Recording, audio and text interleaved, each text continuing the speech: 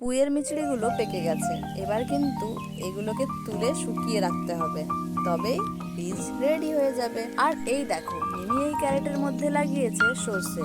আর দেখো কত ঘন সর্ষের চারা বেরিয়েছে। আর এর ওপরে পড়ে আছে নিম পাতা, কারণ এখন হচ্ছে পাতা ঝরে যাওয়ার সময়, তাই খুব ঘন বেরিয়েছে, অতিরিক্ত ঘন বেরিয়েছে। একটু বড় হয়ে গেলেই তুলে তুলে খাওয়া শুরু করে দেওয়া হবে। আমার কুমড়ো গাছে ফুল দিয়েছে। আমি জানি যে এই গাছে ফল তো ধরবে না ঠিকই। আর আজকে আরেকটা স্পেশাল কাজ করেছি, সেটা হচ্ছে মিমি যে পেঁয়াজের খোসাগুলোকে জমিয়ে রেখেছিল, আজকে সেই পেঁয়াজের খোসাগুলোকে জলে ভিজিয়ে রাখবো। কারণ আমি তোমাদের আগেই বলেছিলাম যে গোলাপ গাছের আমাকে যত্ন নিতে হবে, আর গোলাপ গাছের জন্য পেঁয়াজের খোসার ভিজিয়ে রাখা জল খুবই গুরুত্বপূর্ণ একটা ভূমিকা পালন করে থাকে। তাই আজকে আমি এই কাজটাই করলাম, ভিজিয়ে রেখে দিলাম, পরে 3 দিন পর এটাকে ইউজ করব।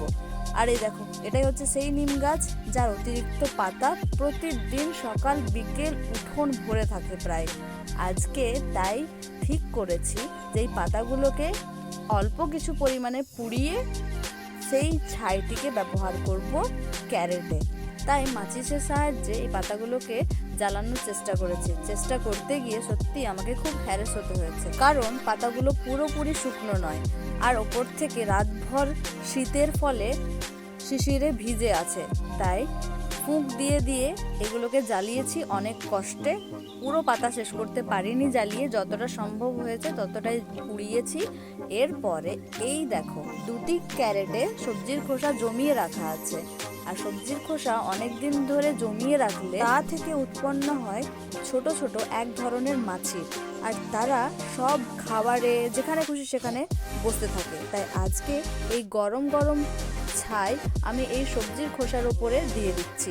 তার ফলে কি হবে, সবজির খোসার মধ্যে যে জল জল ভাব সেটা শেষ হয়ে যাবে, আর সেটা শেষ হয়ে গেলে কোনো ধরনের পোকা এর থেকে উৎপন্ন হবে না, আর সবজি খোসাগুলো তাড়াতাড়ি পচেও যাবে।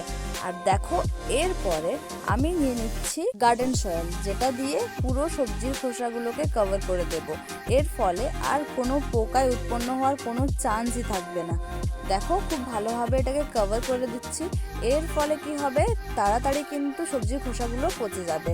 এভাবে এর ওপরে আবার এক লেয়ার সবজির খোসা দেওয়া হবে, আরেক লেয়ার দেওয়া হবে মাটি। এভাবে আমি তৈরি করে নেব ক্যারেটের মাটি। তোমরা তো আমার মালবা গাছটি লাগানোর ভিডিওটি দেখেছো এবং মালবার গ্রোথটিও দেখেছো, যে ওই গাছটির কত সুন্দর গ্রোথ হয়েছে।